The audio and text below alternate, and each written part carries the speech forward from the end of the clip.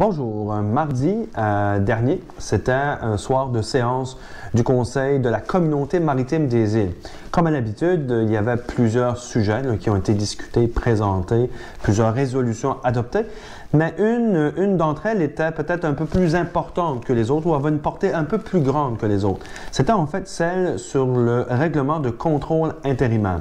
Vous en souviendrez, en début d'année, le Conseil municipal a proposé une résolution de contrôle intérimaire qui donnait un effet de gel immédiat sur des constructions résidentielles en zone forestière et agricole.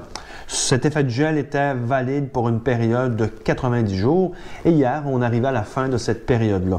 Dans la période de 90 jours, il fallait développer un projet de règlement contrôle intérimaire, qui lui entre en vigueur d'ici à ce que le schéma d'aménagement soit adopté.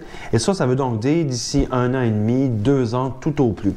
Donc, à partir de ce moment-ci, hier, ce mardi soir, c'était la soirée de l'adoption du projet de règlement. Donc, il y a une prochaine étape avant l'adoption finale.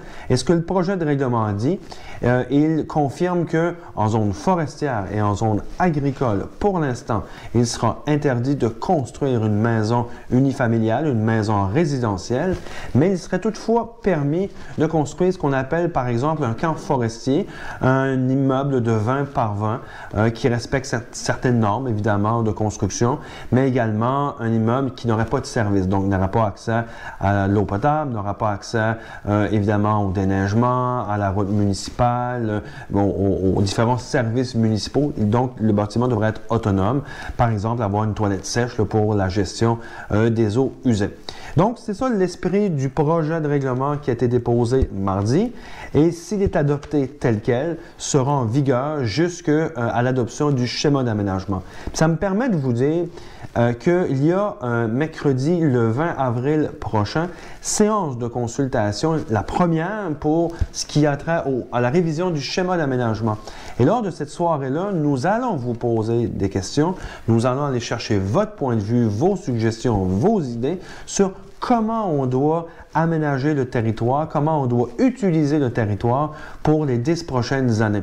Donc, si vous avez un point de vue sur la question, si vous avez des idées, des suggestions, des craintes, des observations, c'est le moment, c'est le temps de nous en faire part parce que, évidemment, ça va influencer le schéma d'aménagement qui, lui, va entrer en vigueur, comme je le disais tout à l'heure, d'ici 1 an et demi, 2 ans.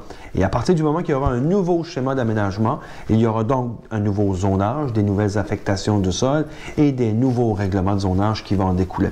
Donc, j'ose espérer que vous serez présents en grand nombre mercredi soir prochain et il me fera plaisir qu'on puisse en discuter ensemble et répondre à vos questions. Merci beaucoup.